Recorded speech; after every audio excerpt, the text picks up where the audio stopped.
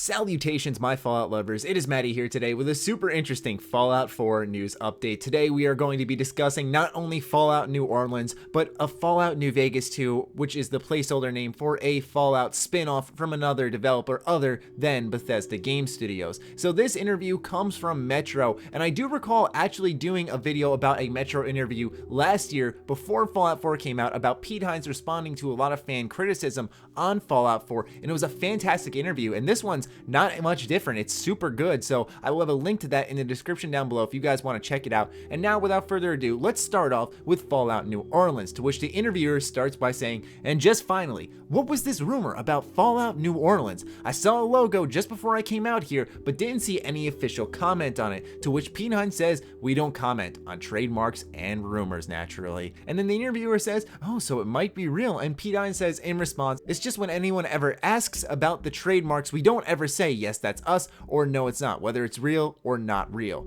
So naturally, this is probably the response from Pete Hines, most likely because of the fact that if Bethesda were to comment, yes, this is us, or no, it is not, then people will know for certain patterns to look for in the confirmed trademarks from Bethesda, and that's why most likely they stay silent on this type of information when it leaks out or when it starts building up, even though it's nothing. Now, the Fallout New Orleans trademark actually was taken down, thus confirming that it was in fact fake, which I did say to a lot of people was to take that information with a grain of salt. It is in fact a fake trademark, which a lot of us expected, but still it was something worth reporting on because it seems like everyone under the sun was talking about it. Then the interview takes a super interesting turn when the interviewer asks, "But would you consider working with external developers again on a new Fallout or other established franchises?" Pete says, "Well, we're working with an external developer on Quake. That's a pretty big and important franchise to us." Pete, we see you, man. You can't curve this question. We want to know when there is another Fallout coming. And then the interviewer bounces back, "The dev must have had quite close access to your own internal studios and tech. Would you ever do something like that again? Because I think that everyone felt that New Vegas turned out pretty well." Pete says, "I don't know. We'll have to see." Slight grin. Now, I'm not trying to stretch this into anything that it's not going to be, but when I shared this on Twitter, a lot of people were freaking out because of the slight grin. It seemed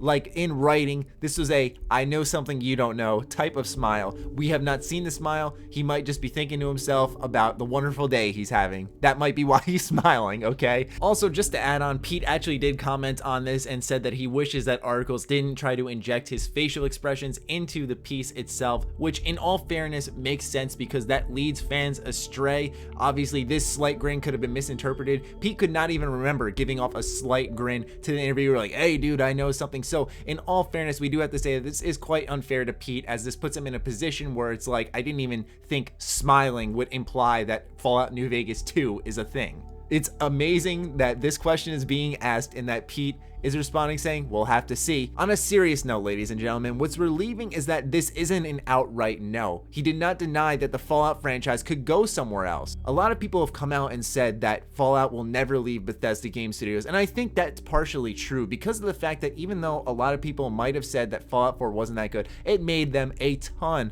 of money, and I think money talks more when you're a business. But then again, since money talks, and since Fallout 4 sold so much, natural logic would say, let's make another as soon as possible and capitalize on all the interest in our product. And if I can figure that out, I'm sure as hell that Bethesda has already figured that out. To me, it would be silly to let Fallout go dormant now, given that it's probably the most successful game to come out of Bethesda Game Studios. Time will tell. I don't want to get down the speculation route. This is just information I wanted to share. Very curious comments from Pete Hines on both Fallout New Orleans and a Fallout spin-off game. And so I want to hear your thoughts on this in the comments down below. I know I was a little bit late on this information, but since embargo was lifting on all this different content I wanted to get out on launch day of all these games, that's why my video was delayed until this point. So I hope you guys enjoyed this video. Be sure to follow me on Twitter, like me on Facebook. The links are as always in the description down below. Check out sugarbomb.com, the place by Bethesda fans for Bethesda fans. Other than that, stay sexy, stay active. I love you all. Peace.